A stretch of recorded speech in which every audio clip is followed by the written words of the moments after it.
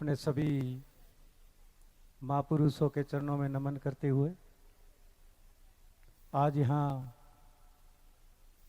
उम्मेदपुर की पावन धरा पर एक शाम डॉक्टर B.R. अम्बेडकर एजुकेशन बाबा साहब के नाम एक शाम बाबा साहब के नाम के जो कार्यक्रम चल रहा है, तो बहुत अच्छी तरह ये कार्यक्रम चल रहा है। पहली बार आपने ये कार्यक्रम किया है तो कुछ न कुछ कमी तो रह जाती है, तो अगले जो कार्यक्रम है धीरे धीरे निकलती जाती है। तो भी बहुत अच्छी तरह चल रहा है ऐसा कार्यक्रम, और जो आयोजन कमेटी ने बहुत अच्छी तरह ये कार्यक्रम बनाया, तो आयोजन कमेटी को भी बहुत बहुत धन्यवाद कि जिन्होंने मेरे को भी यहाँ तक आने का मौका दिया है। और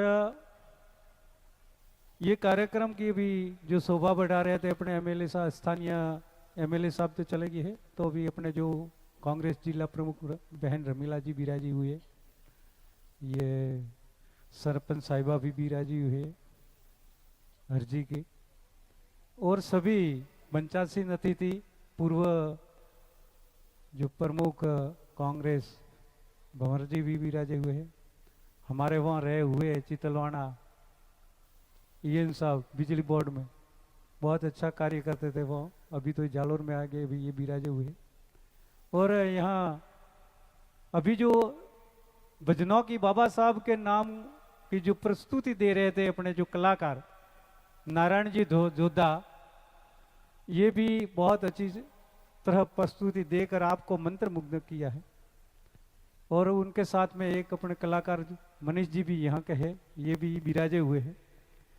और मेरे सामने बड़े बुजुर्ग युवा साथी माताएं बहनें विराजी हुई हैं। बहुत बहुत धन्यवाद, आप लोगों ने यहाँ पधार कर ये कार्यक्रम को सफल बनाया है, कार्यक्रम को शोभायमान बनाया है। आप सभी को बहुत बहुत धन्यवाद कि ये पहली बार कार्यक्रम किया हुआ है, तो भी आप सभी पधार कर ये कार्यक्रम का जो लाभ उठा रहे हो। तो ये बाबा साहब का नाम का जो है कार्यक्रम है, तो अपने भी जो बाबा साहब की ही बात करेंगे कि बाबा साहब ने अपने लिए क्या किया है, और उन्होंने किन तरीके से आगे बढ़े हैं, उन्होंने किन तरीके से शिक्षा प्राप्त की थी, ये सब आपको जानकारी में होना चाहिए। पहले आपके जानकारी में नहीं थे कि बाबा साहब कौन है, ये नाम भी आपको पता नहीं होगा, या अपने बड़े बड़े बुजुर्ग विचारमान उनको पता भी नहीं होगा। क्यों नहीं हुआ, पता नहीं हुआ, नाम का भी पता नहीं था, क्यों? उसका एक ही कारण का कि अपने शिक्षा से वंचित हो गए थे, अपने पास में शिक्षा नहीं थी। शिक्षा नहीं है तो भी अपने पास में कुछ नहीं है। बाबा साहब ने कहा है कि शिक्षा वो शेरनी का दूध है, जो पिएगा वो दहाड़ेगा। ये बाबा साहब का ही वचन है। और जो जिन जिन लोगों ने, जिन जिन महापुरुषों ने पहले जो शिक्षा रूपी दूध पिया था, वे अपने को दहाड़ लगा कर जगह जगह के गए, अपने को जगाए है। और अभी भी जो शिक्षा रूपी दूध पिया है, वे लोग अभी भी मंच पर आकर दहाड़ लगाकर आपको जगाते रहे। तो अपने जगना भी चाहिए। खाली वो दहाड़ लगाने वाले दहाड़ लगाते रहे ना, अपने एक कान से सुनकर दूसरे कान से निकाल देने से कोई फायदा होने वाला नहीं है। तो शिक्षा प्रथम ही सूत्र बाबा साहब का शिक्षा था। शिक्षा के अभाव में मति गई, मति के अभाव में गति गई, गति के अभाव में धन नीति गई, नीति के अभाव में धन ज्ञान, धन के अभाव में आपके पास में कुछ नहीं रहा। आप क्या हो गया था? गुलाम हो गए थे। क्योंकि शिक्षा के अभाव में अपना कितना नुकसान हुआ था। पहले शिक्षा नहीं होने से आप गुलामी की ओर चले गए थे। लेकिन अपने एक महान पुरुष डॉक्टर B.R. अम्बेडकर बाबा साहब ने जन्म लिया 1891 के अंदर, और उनके बाद में इन्होंने धीरे धीरे शिक्षा प्राप्त की। तो शिक्षा कितनी मुश्किल से प्राप्त की थी। उस टाइम में शिक्षा होती ही नहीं थी। शिक्षा प्राप्त करने वाले अमुक व्यक्ति ही थे, अमुक वर्ण ही थी, और आपके लिए शिक्षा का प्रतिबंध लगा हुआ था। शिक्षा पर आप शिक्षा प्राप्त नहीं कर सकते थे। तो बाबा साहब ने कितनी मुश्किल से उन्होंने शिक्षा प्राप्त की थी। क्लास में जाने नहीं देते थे, क्लास के बाहर बैठकर ये शिक्षा प्राप्त की थी। उसको पानी पीने का भी अभाव था, पानी कोई पाते नहीं, जो पानी पाते थे तो ही पीने को मिलता, नहीं तो मिलता ही नहीं था, ऐसा ही प्यासा ही रहना पड़ता था। और जो बाहर जाकर भी उन्होंने बहुत बड़ी मुश्किल से शिक्षा प्राप्त की, उनके पास में खाने के लिए को भी कुछ नहीं होता, तो ब्रेड के टुकड़े जो हमने बिस्किट खाकर वो गुजारते थे दिन। इन तरीके से उन्होंने शिक्षा प्राप्त की। कितनी गरीबी थी। और आप तो अब अमीर हो गए। अमीर किसने बनाया? बाबा साहब ने बनाया। ये सब अभी जो आप कार्यक्रम कर रहे हैं किसकी देन है? ये बाबा साहब की देन, कोई औरों को देन नहीं है। तो शिक्षा में कितनी ताकत है, कलम के अंदर कितनी ताकत है। एक व्यक्ति ने जो शिक्षा प्राप्त करने के बाद में उनको पता चला कि ये मेरा समाज गिरफ्त में कहां से चला गया है, तो उन्होंने जो समाज शास्त्र पढ़कर उन्होंने समाज शास्त्र भी किया, अर्थशास्त्र भी, अनेक प्रकार की डिग्री थी उनके पास में। 32 छोटी मोटी डिग्रियां थी और ये 9 भाषा के जानकार भी थे। तो उन्होंने जो शिक्षा प्राप्त करने के बाद में आपके लिए काम किया, और जब मौका मिला संविधान बनाने का, उस टाइम में आपके लिए आप सभी अधिकार का जो उसके अंदर जो समावेश किया, आपको सभी प्रकार के अधिकार दे करके, अब ये अधिकार का उपयोग आपको ही करना है, अच्छी तरह करना है, समझ कर करना चाहिए। फिर बिना समझे करोगे तो फिर अधिकार का जो दुरुपयोग कर दिया तो भी नुकसान में आ जाओगे। तो अधिकार को समझकर अपने शिक्षा प्राप्त करके फिर संगठित भी रहना बहुत जरूरी है। संगठित आप नहीं रहोगे तो भी आपका काम नहीं होगा। संगठन के अंदर भी कितनी ताकत है। कलम के अंदर तो ताकत थी कि बाबा साहब ने हजारों साल का इतिहास कलम की ताकत से बदल दिया और आपको सभी प्रकार का अधिकार दिला दिया। और संगठन के अंदर भी कितनी ताकत है। संगठन आपके पास में होगा तो ये सरकार जो आपका जो कोई भी काम करना है तो सरकार आपके पास में आएगी और आपको प्रार्थना करेगी कि आपको क्या काम है, हमारे को बताओ। आपके पास में संगठन होगा तो, और संगठन नहीं होगा तो चाहे आप पीछे पीछे घूमते रहोगे तो भी कोई काम नहीं सुनेगा और काम होगा भी नहीं। इसलिए संगठन में रहना भी बहुत जरूरी है। जो अपने क्या करते हैं बच्चे अभी जो पहले जो अपने क्या है वो उनको सम्मानित किया गया, तो एक बच्चे ने तो 95% तक 10वीं के अंदर अंक लाए। बहुत बहुत धन्यवाद इस बच्चे को। और भी आगे 12वीं में भी 95 के ऊपर ही होना चाहिए, इतनी मेहनत करनी चाहिए। लेकिन क्या करते हैं, अपने 10वीं तक तो बहुत अच्छे अच्छे अंक लाते हैं बच्चे, और आगे 10वीं से आगे क्या करते हैं, जो 12वीं पढ़ने के लिए भेज देते हैं तो वो उनके पास में बड़ा मोबाइल आ जाता है। मोबाइल भी जरूरी है, बच्चे को देना भी पड़ता है, क्योंकि वो ऑनलाइन शिक्षा भी होती है, ऑनलाइन क्लास भी होता है। तो फिर वो मोबाइल नहीं देंगे तो भी ये पढ़ नहीं पाते हैं, मोबाइल देना भी पड़ता है। और मोबाइल का दुरुपयोग न करे, उनके ऊपर देख रेख भी रखनी बहुत जरूरी है। आप देख रेख नहीं रखोगे और मोबाइल दे दिया, उनको छूटा छोड़ दिया तो भी उनका भविष्य कहीं न कहीं भटक सकता है। तो आपको मोबाइल देने के बाद में उनको ऊपर नजरदर्शी बहुत रखनी जरूरी है। ये मोबाइल से बच्चा आगे भी बढ़ सकता है, और दुरुपयोग कर लिया है तो मोबाइल के अंदर 2 गुण है। एक तो बच्चे को वो लाइफ भी बना सकता है, जिंदगी उज्जवलमय बना सकता है मोबाइल, और जो उनको दुरुपयोग कर लिया तो बच्चे का भविष्य भी खराब कर सकता है। मोबाइल के अंदर 2 गुण ऐसे हैं, अवगुण भी है और गुण भी है।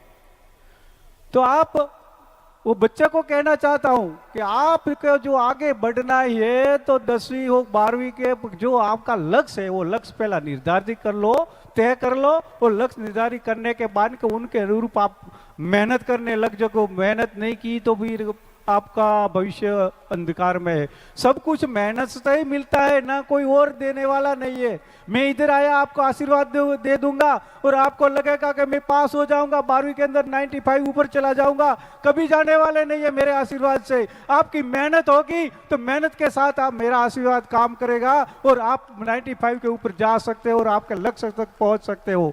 इसीलिए मेहनत बहुत जरूरी है। सभी जितने भी अपने महापुरुष आके बढ़े, बाबा साहब बढ़े, तो इन्होंने रात दिन मेहनत करी है। जो कि क्या कितने मेहनत की थी उन्होंने पढ़ाई के टाइम में, तो ये इन तरीके से उनकी जीवनी आप पढ़ो, बाबा साहब की आपको जीवनी पढ़नी चाहिए ताकि पता चले कि अपने जीवन के अंदर किन तरीके से आगे बढ़ना है। लेकिन अपने क्या कोई जीवनी बाबा साहब की कि अपने महापुरुषों को तो पढ़ते ही नहीं है, अपने क्या करते पढ़ने पढ़ते और कहीं पढ़ते जा रहे, और देखते जा रहे, नोट पढ़ते जा रहे हैं, वो उनको सब याद करते रहते हैं, उनसे अपने फायदा होने वाला नहीं। अपने जो महापुरुष जी लोगों ने आपका काम किया है, आपको जगाने का काम किया है, आपके लिए आपको वो ऊपर उठाने का काम किया, उनको पूरा पढ़ना चाहिए, पढ़कर समझना चाहिए, जानना चाहिए और समझना चाहिए, और जीवन के अंदर उनका जो सिद्धांत है उनको धारण करना चाहिए। तो ही अपनी जिंदगी और अपना भविष्य अंधकार से दूर होकर प्रकाश में बन जाएगा। तो ये आप जो संगठन की बात कर रहा था, मैं संगठन की एक बात करता, मैं एक दृष्टांत देकर बताता हूं कि भाई एक शिकारी जो जंगल के अंदर गया और उन्होंने जाल बिछाई, जाल बिछाने के बाद में उसके अंदर दाना डाल दिया, फिर एक साइड में जाकर बैठा तो एक चिड़िया का झुंड आया, वो दाना चुगने के लिए वो जाल के अंदर फंस गया, और फंसने के बाद में जब शिकारी पकड़ने के लिए आया तो जो चिड़ियाओं ने क्या किया, चिड़ियाओं ने आपस में जो बातचीत करके एक मत हो गए, बिल्कुल एकदम संगठित हो गए कि अपने एक साथ उड़ना है, एक साथ उड़ान भरेंगे ताकि ये शिकारी के पंजे में अपने नहीं फंसेंगे। तो चिड़ियाओं ने एक मत होकर एक साथ उड़ान भरी, उड़ने लगी, तो वो जाल थी, वो जाल भी आकाश में लेकर उड़ने लगे। तो वो शिकारी पीछे पीछे जा रहा है, आकाश में चिड़िया जाल उठाकर उड़ रही है आकाश में। तो एक सज्जन, आप जैसा सज्जन व्यक्ति वहां आया तो कहता है, अरे शिकारी तू पीछे पीछे क्यों जा रहा है भाई साहब, ये चिड़िया तो आकाश में उड़ रही है, तेरे हाथ में वो आने वाली नहीं है। तब शिकारी क्या कहता है कि उनका स्वभाव मैं जानता हूं, तेरे को आपको पता नहीं है। तो क्या है, अभी दिन अस्त होने की तैयारी में, थोड़ा सा अंधेरा होने दो फिर देखना क्या होता है।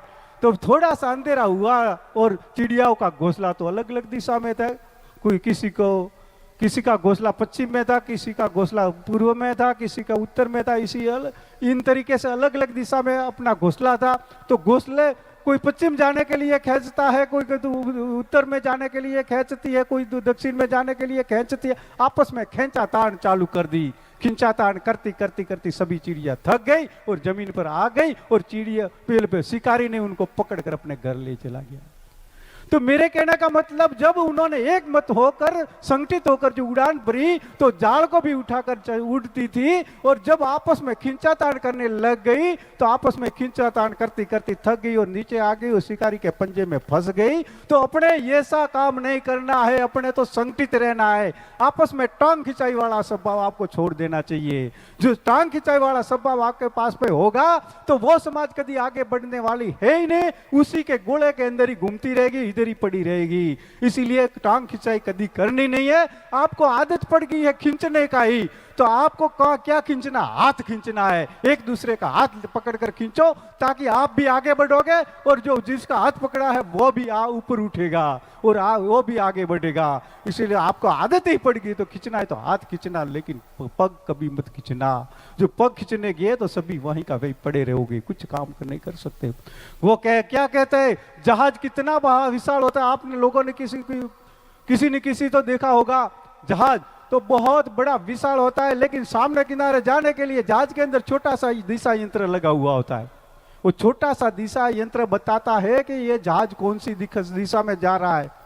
तो जो दिशा यंत्र देख कर वो जहाज चलाते हैं तब वो सामने किनारे जा सकता है, लेकिन वो जहाज के अंदर जो दिशा यंत्र है उसके अंदर जो मामूली गड़बड़ी हो जाती है तो वो जहाज कभी किनारे जाता नहीं है, और किनारे जाता है तो कोई दूसरे किनारे चला जाता है, या तो किनारे नहीं जाता है तो समुद्र के अंदर ही घूमता रहता है। इसीलिए आप लोग बुद्धिजीवी लोग, अपना समाज बहुत विशाल लंबा चौड़ा पड़ा है, पर आप लोग बुद्धिजीवी, पंच महानुभव, कर्मचारी अनुभव बुद्धिजीवी लोग, आप एक समाज के दिशा यंत्र है। जो दिशा यंत्र के अंदर जैसे गड़बड़ी होती है तो जहाज किनारे नहीं जाता है, इसी तरह आपके अंदर तो मामूली गड़बड़ी हो गई तो वो समाज खड्डे में जाएगा, लेकिन ऊपर उठने वाला नहीं है, किनारा पकड़ेगा नहीं। इसीलिए आप दिशा यंत्र है समाज के, क्योंकि समाज आपके हाथ में है, समाज की लगाम आपके हाथ में, बुद्धिजीवियों के हाथ में, पंचों के हाथ में, कर्मचारियों के हाथ में। तो आपके अंदर किसी प्रकार की गड़बड़ी नहीं होनी चाहिए, नहीं तो समाज को खड्डे में ले जाओगे। इसीलिए जो आपस की गड़बड़ी हो, टांग खिंचाई वाली हो या कोई भी, तो वो निकाल कर जाना। यहाँ जो बाबा साहब का जो ये का कार्यक्रम है, बाबा साहब की तस्वीर आगे शपथ लेकर जाओ, प्रण लेकर जाओ कि मैं आज से किसी की टांग खिंचाई नहीं करूंगा, कोई किसी को गलत में ले जाने की कोशिश कभी नहीं करूंगा, और आपस में हिल मिलकर एक होकर आगे बढ़ने की कोशिश करेंगे। और जो माताओं को भी मैं कहना चाहता हूं, माता ये बिराजी है चित्र, तो आपके अंदर कितनी ताकत है, आप क्या कर सकती हो, वो आपको जो अभी तक पता नहीं हुआ, आपको अंदाज नहीं है कि मैं क्या कर सकती हूँ। आप चाहो तो अपने बच्चों को जहां पहुंचाना है वो पहुंचा सकती हो।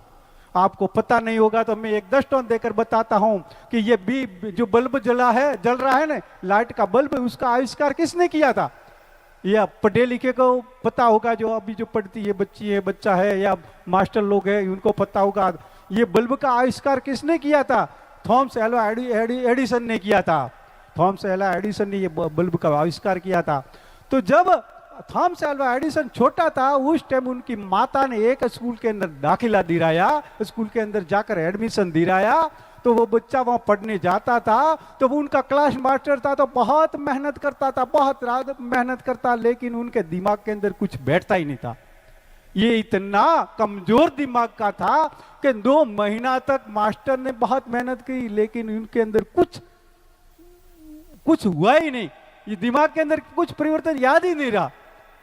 तो फिर मास्टर ने क्या किया कि ये तो बच्चा पढ़ने वाला नहीं है, ये तो फालतू की मेहनत करने से क्या फायदा होगा। तो उन्होंने एक चिट्ठी लिखकर उस बच्चे को दे दी और कहा, जाकर तेरी माता को दे देना ये चिट्ठी, और कल से स्कूल नहीं आना। तो कि ठीक है। वो बच्चा घर गया, अपने माता को जाकर वो चिट्ठी दी, जाकर चिट्ठी देकर बोला, मम्मी उसके अंदर क्या लिखा है? ये मेरे सर ने दी है। तो मम्मी पढ़ती है तो उसके अंदर लिखा तो था कि तेरा बच्चा इतना दिमाग का कमजोर है कि कोई स्कूल के अंदर भेज दो, लेकिन कोई पढ़ाने वाला, उनको पढ़ाने वाला मास्टर मिलने वाला नहीं है, इतना कमजोर है, कोई काम का ही नहीं, स्कूल भेजने की जरूरत नहीं है। लेकिन माता ने क्या किया, मम्मी ने क्या किया? मम्मी ने कहा, बेटा तू इतना बुद्धिमान है, तू इतना दिमाग का तेज है कि तेरे पढ़ाने लायक मेरे स्कूल के अंदर मास्टर नहीं है, इसीलिए कल से तेरे को मना किया है कि स्कूल नहीं आना है। माता ने ऐसा नहीं कहा कि तू इतना कमजोर है इसीलिए मार्शा ने मना किए, नहीं, ऐसा नहीं किया। उनका जो हौसला था वो बढ़ाए रखा, उनका हौसला कमजोर नहीं किया, और कहा कि तेरा दिमाग इतना तेज है कि उसके स्कूल के अंदर तेरे पढ़ाने लायक मास्टर नहीं, इसीलिए कल से तेरे को मना किया है। फिर माता ने ठान लिया कि उन बच्चे को कोई पढ़ाने वाला नहीं है, अब तो उन बच्चे की मास्टर मैं ही बनूंगी। तो उन्होंने घर पर उन बच्चे को पढ़ाया, पढ़ाते आगे बढ़ाते ये महान वैज्ञानिक बन गया था। इतना कमजोर बुद्धिरा जो लड़का था दिमाग का, तो भी माता ने कितनी मेहनत की होगी ताकि वो ये महान वैज्ञानिक बन गया और ये बल्ब का आविष्कार किया था। आज उसका नाम चल रहा है। ये बल्ब जब तक रहेगा तब तक ही उनका नाम चलता रहेगा।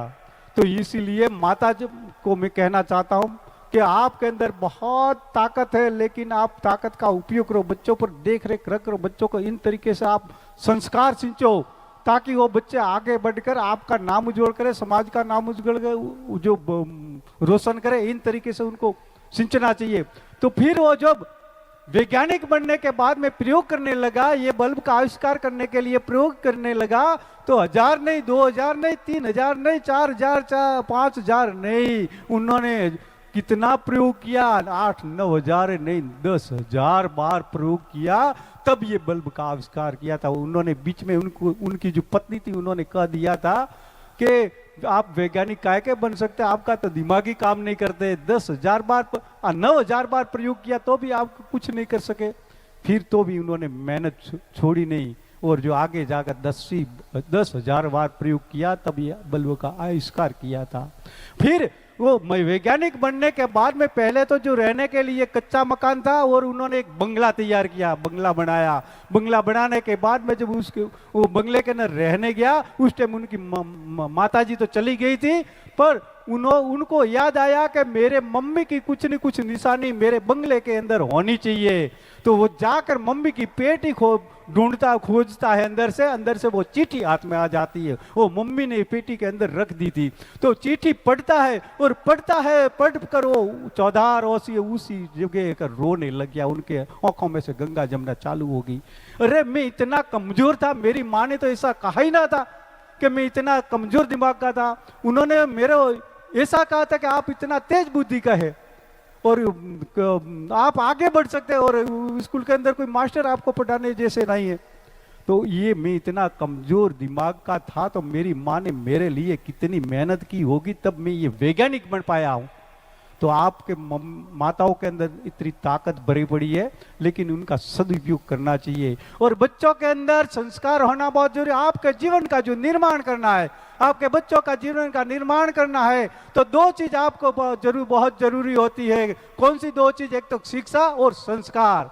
शिक्षा बिना तो आप अंधकार में ही हो, क्योंकि पहले शिक्षा नहीं थी तो आपका जीवन कैसा था ये 60-70 साल के बुजुर्ग इधर विराजे, उनको पता है कि अपने पास में शिक्षा नहीं थी तो अपने ये जिंदगी किन तरीके से पहले जी थी। तो ये शिक्षा आने के बाद में तो ये जो आपके अंदर कितना परिवर्तन आ गया, ये बाबा साहब की देन से ये शिक्षा आप प्राप्त कर सकते हो। तो ये शिक्षा और संस्कार दो चीज आपके बच्चों के अंदर होनी चाहिए।